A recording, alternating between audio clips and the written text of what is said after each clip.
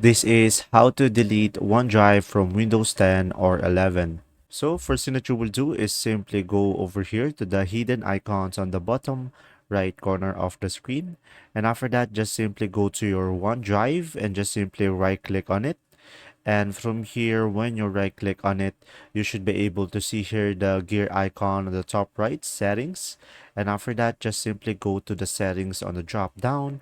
And from here, guys, you should be able to see here, unlink this PC. So just simply go ahead and click on unlink this PC and click on unlink account.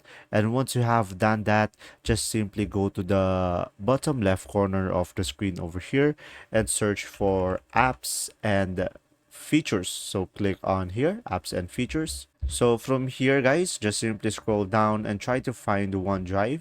So it is a Microsoft OneDrive, as you can see over here. So just simply click on it.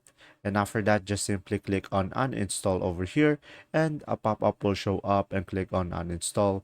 And you should be able to uninstall it and get rid of the Microsoft OneDrive into your PC. And a pop-up will show up and just simply click on yes. And there you go. If this video was helpful, please like and subscribe, and thanks for watching.